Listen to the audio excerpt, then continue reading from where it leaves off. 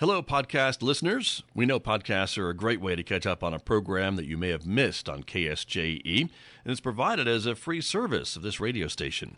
But you know, KSJE is now listener-supported, and so while you enjoy this podcast, we hope that you'll also take some time to join KSJE. Become a member today. It's quite easy to do. Just go to our website at ksje.com/support and pick the level of support that best matches your budget. Thanks again for listening. Here's your podcast.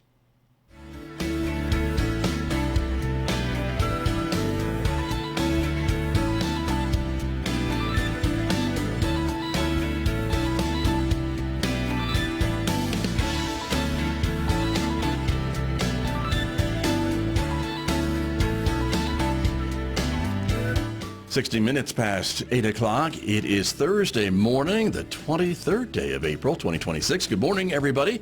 I'm Scott Michlin. Thank you for tuning in to KSJE 90.9 FM over the air right here in San Juan County, New Mexico. In Durango, Colorado, we broadcast at 103.3 FM, and of course you can listen to us anywhere on the planet by going to our website, ksje.com, or maybe using the KSJE radio app. Also want to welcome the people who are watching me right now. The video of this program is streaming out live to the KSJE Facebook page and also to our YouTube channel. So welcome, everyone. So glad that you are with us.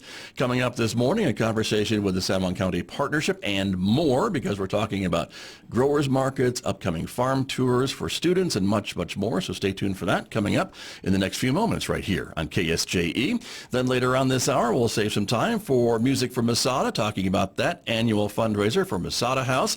That is coming up soon as well. So stay tuned. We'll share the details about that event coming up at 8:50 a.m. this morning on KSJE. Mick Hess is standing by to take us roving with the arts 1 hour from now. He'll be taking us on a classical music tour, of course, at 9:06 on KSJE. Also a reminder, you can find us on Instagram, Blue Sky, and X if you're a social media person, so connect with us there. And download and subscribe to KSJE podcasts. We publish new ones almost every day. Maybe you'll discover a new local program that you may have missed, or better yet, just use the KSJE radio app. Podcasts will be right there. You can listen live and much, much more. It's available now at the App Store and on Google Play. And of course, we hope to remind you that you'll join us on May 2nd, Saturday, May 2nd, for the annual KSJE Zero Mile Fun Run. You can sign up right now. This is the last couple of days to pre-register for $15 at ksje.com/funrun, or join us the day of the quote-unquote race for $20, and we'll get you a nice t-shirt. Outside our studios here at San Juan College, it's 47 degrees under sunny skies. We're expecting a mostly sunny day today, but cooler day today, 60 for a high in Farmington. Clear skies overnight, the low 38. It'll be sunny again tomorrow with a high of 68. On Friday, partly cloudy overnight, 52 for a low Friday night, partly sunny and 67 on Saturday. Maybe a chance of showers developing Saturday night on into Sunday, with a low of 50 degrees on Saturday night and a high of 58 on Sunday. Back with my guests with more right after this on KSJE. In a medical emergency, stroke, heart attack, trauma, every minute matters. The decisions made in those first moments can change everything. San Juan Regional Medical Center offers advanced, comprehensive, definitive care. Available 24 hours a day for everyone in our community. When minutes matter, San Juan Regional Medical Center is here. Find out more at sanjuanregional.com. KSJE is supported by Riverfest New Mexico, flowing through time, May 22nd, 23rd, and 24th. 2026 is the 40th anniversary of the River Reach Foundation, Farmington's 125th anniversary, and the 250th birthday of the USA. Riverfest New Mexico, flowing through time, May 22nd, 23rd, and 24th, along the Animas River in Farmington. Find out more online at riverfestnewmexico.com.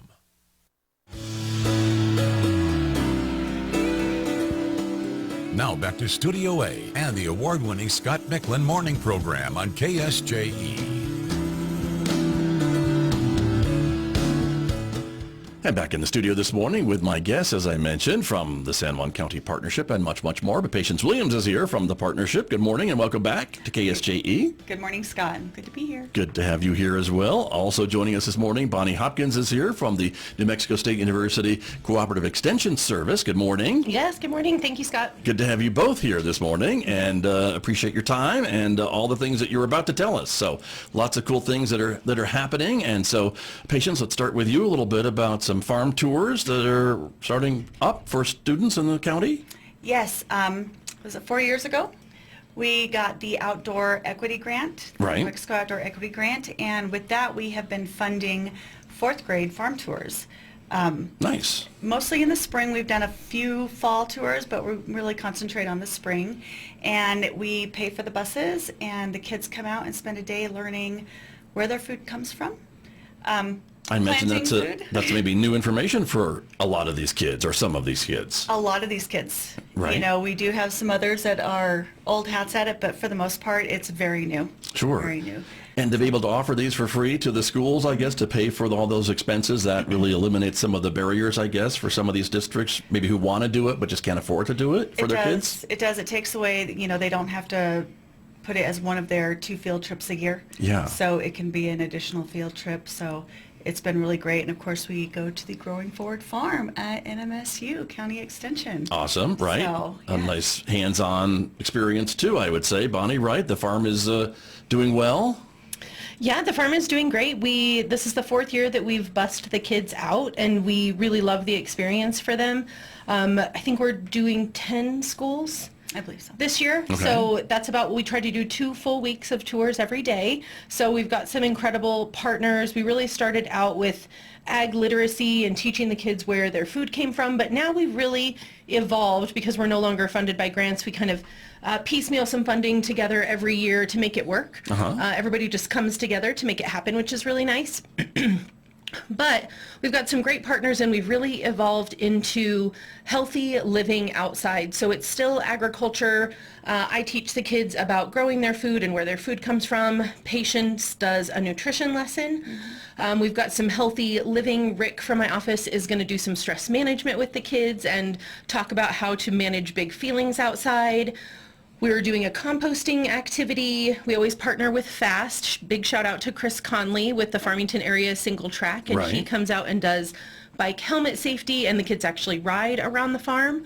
And we've had some incredible experiences with that, but we're really teaching the kids how to be good stewards of the land in general. And that's not just growing your food, but also being a good caretaker of the land, whether you're on a hike or a bike ride or even just a walk or tending your garden. How do you care for the land? So it's really evolved into some really cool stuff. We've got some new partners this year. Bees of the San Juan and Bees Through Life are going to come and talk about pollinator habitats and do a little honey lesson. We've got bees on the farm now. So that is very exciting. We're partnering with San Juan County Fire. They're going to come out to the farm a few days. We'll have our petting zoo. Lots of really fun stuff. Nice. So we get great feedback from the teachers. They love bringing the kids out because it's education focused, but outside. So we turn the whole farm into a classroom. The kids run around in about 20-minute stations where they get to learn things, but also do things hands-on. It's been a great break for the teachers because it's the end of the school year. The kids want to be outside and playing, but we can still teach them some of those really valuable lessons. Yeah, very true. Well, and using that facility, right, which has been, again, in operation for 4 years, as you mentioned, which is really great to see it kind of, grow literally and figuratively from its beginnings and adding on, because we see so much of effort on outdoor recreation and things like that in both the cities and the county. And I think kids are being exposed to that, hopefully. And if mom and dad want to go on a hike or a bike ride or whatever, learning a little bit, like you said, how to respect the environment and do some of those things. That's a lesson that's really good to learn early on, I would say. Absolutely. Yeah, and we've actually found that the target audience for the outdoor recreation and the farmers market are really the same people. It's a crossover. Right. So those people that came here and moved here and choose to stay here in Farmington because they want those healthy lifestyles, those are the same people that are shopping at the farmers market. So we really do see an integration. Well, between right. between healthy living and healthy lifestyles and people that support local food. Yeah, of course, very much so. And I would think too, again, with some of these trips to just see how food is grown and processed for a lot of kids, maybe they just think it magically appears at the grocery store and maybe aren't familiar with the whole process of growing something and getting it to market or to the grocery store and things like that. That's got to be another big learning experience for them. Yeah. And seeing how that happens. Yeah, we've sent little grow pods home with them and been Yeah. able to grow their cucumbers or watermelon. Right. You know, because I think I take for granted that everyone has tasted a fresh strawberry or tomato. Right. And it is not true. Apparently not. It No, is that's not true. true at all. But and it So- tastes very different than maybe what you get from a grocery store, as you have taught me. Very different. Yes. Very different. So there's that as well. But that's wonderful. And those will start soon, or are they started already, these Next tours? week. Next week? Next week. yeah. Okay. Bonnie, you ready? Next week we start with Ladera. They're one of our favorite schools. The teachers at Ladera are absolutely incredible, and we've actually already booked for next year because the teachers are so excited and we're not able to fit in all of the schools that we want. So if there are additional partners that would love to come join us next year on the farm, Good point. and they are within that same scope of healthy living or living outside, we're always welcoming to new partners because that's probably our biggest limitation is our physical Right. capacity. Yeah, There's right. only a handful of us that do these every single year. Sure. And so this year we are having more partners, and we actually have partners from the San Juan County Partnership Nice. that are coming out as well to help. So that is really nice to branch out and get new blood in. Yeah, sure. Well, and again, you can offer that to more kids than if you have more Right. people kind of dividing up the Absolutely. work a little bit. So that's always great as well. So wonderful. And I know, again, it's that time of year, as you mentioned, so I think kids are excited to get outside and maybe touch some grass or touch something that's Yep. growing out of the dirt or whatever. So Put their hands in the dirt and plant Yeah. some corn. There was a park last year that planted all the corn. To make them plant the corn. I don't know if they loved that. I don't know if the kids loved actually physically helping me Well- plant the corn. It was hard. They planted it by hand. They planted about, I don't know, a quarter of an acre of corn. Okay. By hand. They had to, pull all of the rows and Yeah. get everything set and then drop the corn seeds. And so it was a lot, but I think really valuable for the kids to be able to come back. Sure. Well, now they have a great story to tell. Yeah. So there's that. So that's important as well. So very Okay. good. Yep, very good. Excellent. And then growers markets are Growers ramping markets up, are they getting not? Right? started. Yes, we're very excited. The Farmington Growers Market is having their first May market that is coming up.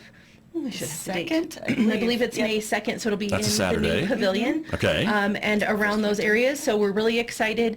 That'll be a great place for people to start looking for their fruit and vegetable starts and transplants and some early season produce. We're very excited. We're seeing a lot of grow tunnels and hoop houses go up across the county for these farmers to really expand their season extension so they can have fruits and vegetables earlier and later in the season and not just all at once. Right. So we're very excited to see that kind of grow. I know everyone is itching. I know I am headed to the nursery after this myself. Okay. But it is still too early to plant, people. Even I looked at the 30-day forecast, and we do only have one forecasted day to get down to 33 degrees. But, we really say around May 15th, you can be a gambler and get your stuff in the ground early if you choose to. Right. But it is a gamble. People think that they're not gamblers when they're gardeners, but it's not true. They are. Yeah. So the most important thing I'm urging people to is to really harden off your plants. If you're buying them from a greenhouse, slowly start to introduce them outside. The worst thing you can do is pull a plant from its perfect little comfortable environment of a greenhouse and put it right into the environment outside. So you want to buy your plants at the greenhouse like today, great time. Okay. Go out and support our local nurseries. San Juan Nursery purchased Manning's out in Kirtland. So Right. those are big changes out there, but still going very strong. But keeping both locations open as far as I know, right? Both Yep. locations open. Brewer's Greenhouse has a great selection. Elder's Greenhouse and Gardens, obviously a favorite. Pam and David do such a great job out there. They release all of those wonderful beneficial insects in their greenhouse. So when you take them home, you're bringing all of those beneficial insects to your garden. Unfortunately, we're losing Q-Tips Nursery Yes. in Farmington. They are closing. Lily has finally decided to retire. We've got Evergreen Nursery. We've got some new nurseries popping up in Bloomfield. So definitely look at shopping local. Those nurseries do a wonderful job of selecting the varieties that are going to do best in the county. Right. Bringing them home, putting them out for a few hours each day for about a week or two. And then, I would say I'm probably going to plant around the 5th of May. I might plant a week before Mother's Day this year. You're feeling lucky. You're if feeling I'm lucky. Yeah, but you got to be prepared to cover them Right. if it does get too cold. Yeah. So Sure. unfortunately, it doesn't look like we're going to have much of a fruit year because of our cold temperatures. We saw We all had of some the freezes just recently, Yes, right? So I really was going to ask you cold. about that. Yeah. Got down to 23 degrees, and unfortunately, the flower blooms and then it forms that really small fruit. The flowers are actually more susceptible to the freeze, or they're more resilient to the freeze than the fruit. But that really tender young fruit is the most susceptible, and so most of our fruit trees were right in that stage, especially peaches and apricots. And then we got down to 23 degrees and it just nuked them. Yeah. So we may have some apples, we may have some other types of fruits, possibly plums, definitely cherries. We'll see some of those things at the market, but unless you were like my husband, he was diligent this year. I think we might have saved our peach tree, Okay. saved them, but it takes a ton of work. Right, because you have to go out and either cover them or heat them or just provide some type of warmth, right, for them in those temperatures. So that's the and issue. at 23 degrees, that's, you're only going to get 1 or 2 degrees of protection even by covering it. And if 27 degrees is the killing temperature for most fruit. So Yeah. we'll Not- see. not a But good season, yeah. I'm not very optimistic, but it is a tough year going into, and we can get into the drought. Sure. Yeah. Well, it is the elephant in the room, the very dry elephant in the room. So I think we definitely will talk about that as well. But that's an important thing. But we're excited about the growers markets starting in May. And again, I think we've been talking, Patience, a little bit about more farmers growing some indoor things to try to lengthen that growing season. And so that's exciting to hear that that's happening and that more folks are kind of using that technology, I guess, to make it happen, right? Yes, we had Williams Family Farm. Grady and Jesse Williams were able to grow tomatoes, some beautiful, Nice. crazy types of tomatoes through the entire winter. And I know that Bloomfield schools purchased, a lot of the daycares purchased. So, and he tends to cater to schools and early childhood development, and they had fresh tomatoes all year. So How about that, right? that was pretty awesome, and he's going to continue on, and we're hoping to encourage other growers that have the capability of doing some indoor grow throughout the winter. It was big, and Nice. we have the NM Grown Funds release at the beginning of July, and of course we don't have school until mid-August, and so Yeah. trying to buy all the food with those funds between August and October at the end of our growing season sometimes is a challenge. And so when they know that they can spread those funds through the winter, off-season kind of thing, right? right, Yeah. is a big thing. And Sure. so we like to encourage that, and we're hoping that more, mostly with the pavilion, is a great new addition to maybe we'll do more winter markets and really get that out there, because Right. I mean, if we can grow year round, that's a dream Yeah. right there. Well, we've Yeah. been talking about a lot of dreams that have come Right, true right. in our, You know, in our we- time together. So it's not out of the question. Yeah, Farmington and San Juan County, they can make dreams come true pretty quick. So That's we exciting. know that. Right. Yeah. Very exciting. And that is kind of a natural progression, I guess, too, for farmers that have already made the investment for seasonal growing Right. to then make the next leap into maybe that year-round type of thing, or at least some greenhouses or some types of year-round growing And they don't apparatus. have to do a ton. Grady and those guys were able to do theirs in 1.5 greenhouses. And it's a lot of work, obviously. course. But I don't think they're going to do much summer growing. I Right. think they're going to concentrate on the winter grow. Okay. And then let The others. brewers, yes, let the brewers take over and Okay. with the rest during the growing season. And so. supply that during the Oh. summertime. Absolutely, So I got absolutely. it. Makes sense. And just real quick to talk about the pavilion. And again, every community I think now has a growers market, which is great, to get fresh fruits and vegetables near where people live. And that's exciting. And that's kind of the same schedule, I think, for the upcoming season, is to have these markets all over the county, basically. Isn't that kind of the idea? Friday and Sunday are the only 2 days still that don't have a market. Yeah, Is it? most of the markets will really kick off in July once the growing season really hits a peak. We'll have the Sure. Aztec market. I do believe they are moving to the Main Street expansion this year. North Main which Avenue, will be right there in exciting Aztec. to Yeah. see. Nice. Those are usually on Wednesday afternoons. You've got Bloomfield and downtown Farmington Thursdays, Farmington and Shiprock on Saturdays, Kirtland on Mondays, and Farmington on Tuesdays. So almost every day of the week, Yeah. there is a place to get local food. Obviously, the Food Hub is open, and they've got their little retail store where folks can go in almost every day of the business week and buy fresh produce there. Right, very good. We just had the Food Hub on not too long ago talking about the opening of the kitchen as well, which is very exciting too. Another dream that has now come into reality, and so lots of things are happening in that area, so that's great. But the pavilion, I would say again, kudos, shout out to the city of Farmington for getting that done and open, and it's beautiful, and I think it opens a lot of doors to some other ideas and other activities out there, and like you said, maybe some earlier markets or some year-round markets because it's now in a kind of protected space, so Yeah. that'll be Beautiful, exciting beautiful to space. see how it gets used. So very good, very good. Well, let's talk a little bit about water and drought and kind of what you're looking at. You're making a face, Bonnie, but I don't blame you because we all see it. And, Durango, I think the city's already in water restrictions in the city of Durango. And Most of the state of Colorado Yeah. is already on water restrictions. The city of Denver is on water restrictions. We're seeing water restrictions earlier than ever Yeah. before, which is a little bit nerve-wracking, but we are coming out of, I believe, the driest year on record. yeah, I don't think so- you're exaggerating. It's historically awful. Yeah. Yeah. And, typically we'll see peak runoff of the Animas and the San Juan about the first week of June. I believe if it has not already happened, they are anticipating peak runoff any day now. Yeah. So almost a full month ahead of schedule, we'll see that peak runoff. And I think it's safe to say that we should anticipate water sharing throughout the season. This is definitely not the year to scale up on your landscape or your garden or your farm. We're definitely cautioning folks because the water just simply isn't there.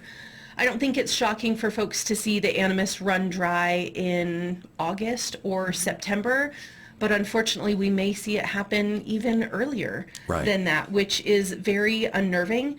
I know all of the municipalities have worked really hard to make sure that the drinking water supply is adequate. All of those things are covered.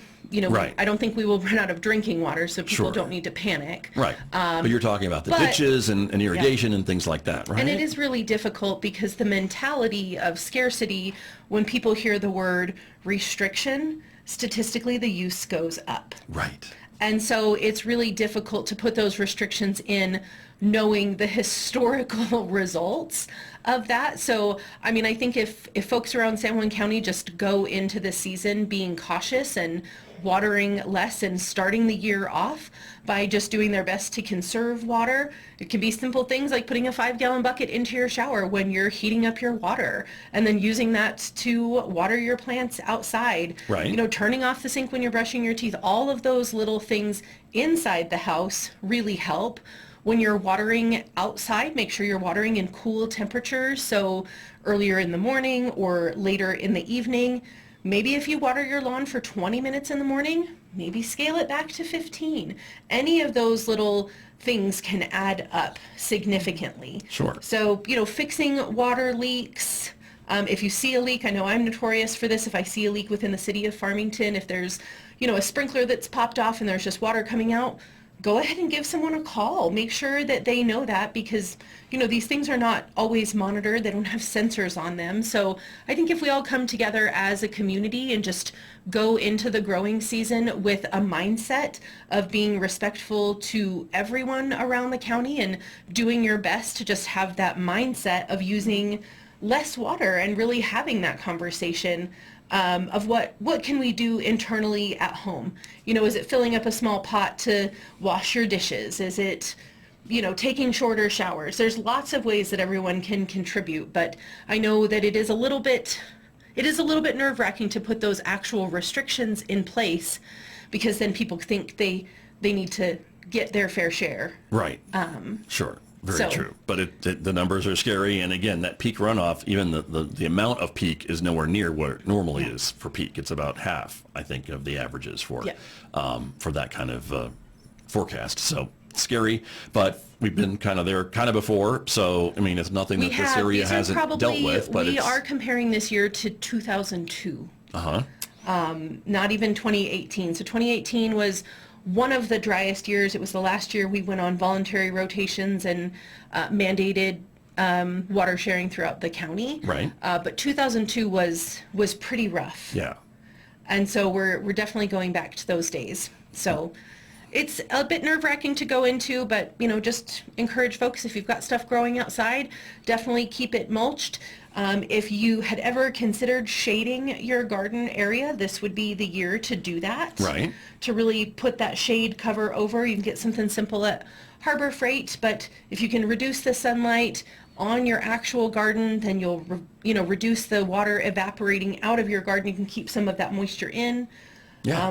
Mulch perfect. everything except, cucurbits. Don't mulch your cucumbers, melons, or squash. That really harbors pests, but your tomatoes, all of those things, peppers, cover the soil, even if it's just with straw, or you don't want to necessarily use wood chips, but any living material can do a lot to help keep that moisture in the soil.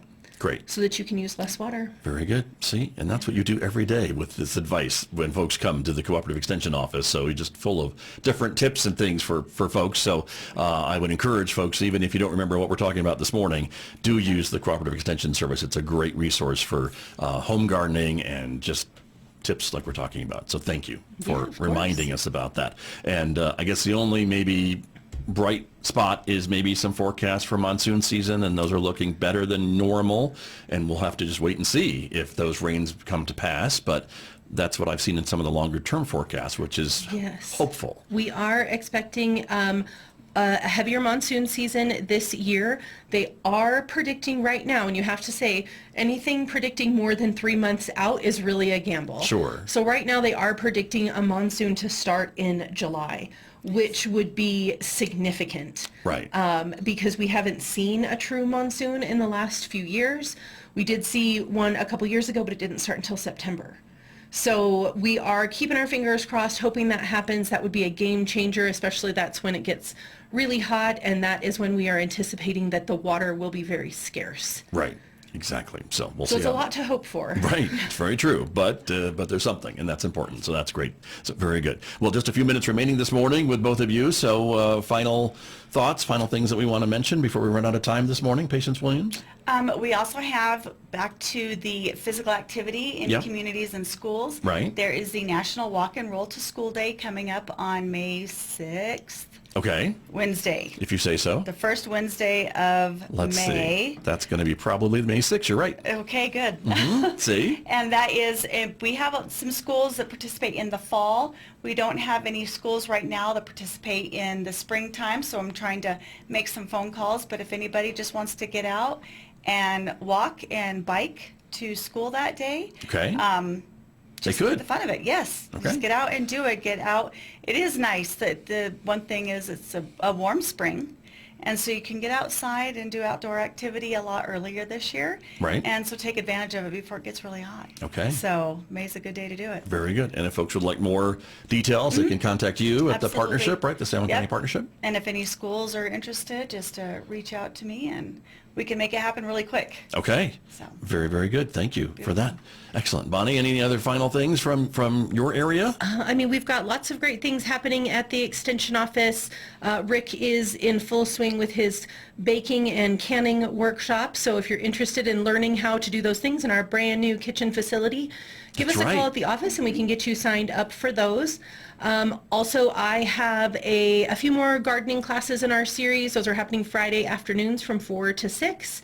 And I have a class called the Landscape Learning Lab. If you've ever wanted to know how to design your own landscape and how to actually implement a low-use water system, we have those classes happening on Saturday mornings for the next 3 weeks from 10 to 12.